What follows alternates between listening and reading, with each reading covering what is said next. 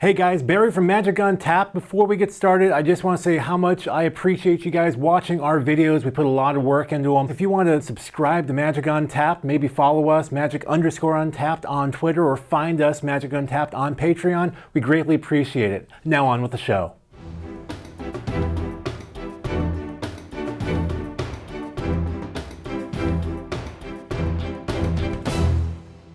In the early days of Magic the Gathering, the game's popularity took Wizards of the Coast by surprise, and the game was selling better than anyone could have imagined. Looking for new content to keep up with the demand, then company president Peter Atkinson asked around the office for anyone who was interested in designing new sets. This got the attention of two employees working in customer service named Scott Hungerford and Kyle Namvar. The pair wanted to do something never before done in a Magic set, I am not throwing away my shot.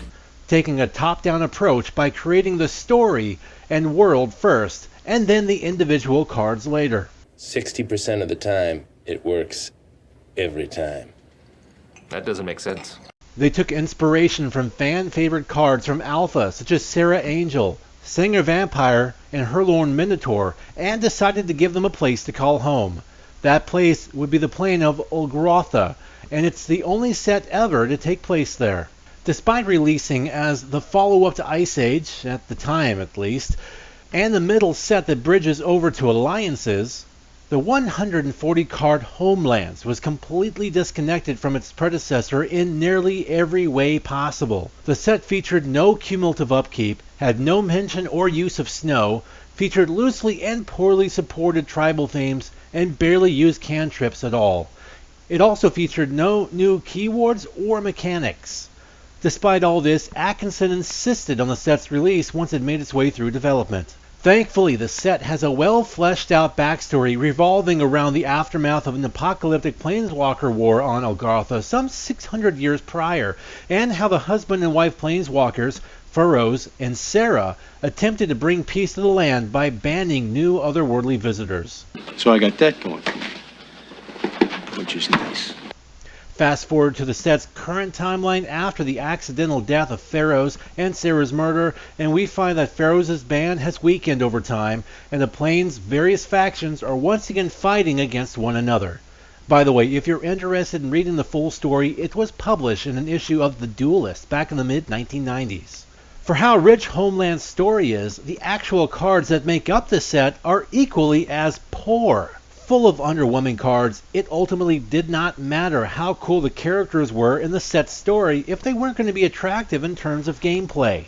Almost none of the set's cards ever saw much play. Even the set's biggest baddie, the now iconic Baron Sanger, was vastly overcosted and just as vastly underwhelming.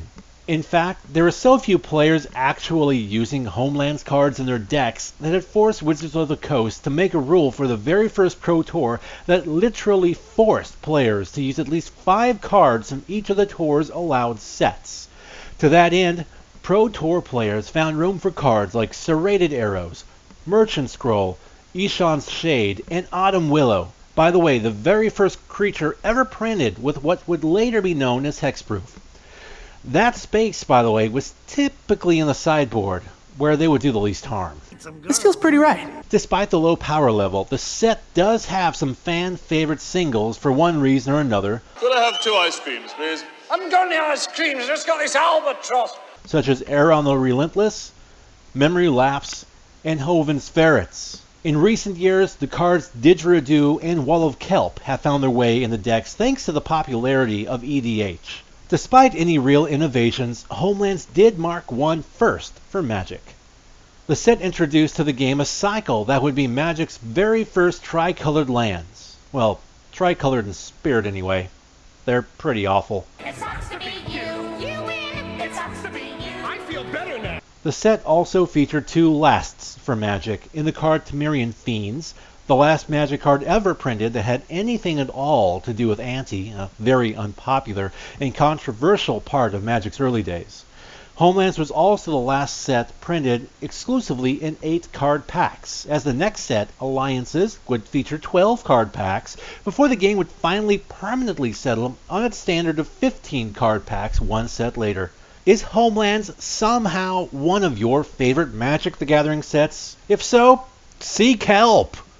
No, seriously, you can leave us a comment below to tell us what it is you actually like about it. I'm actually curious. Please do that. Oh, and remember to follow us on YouTube and support us on Patreon for more great Magic the Gathering content.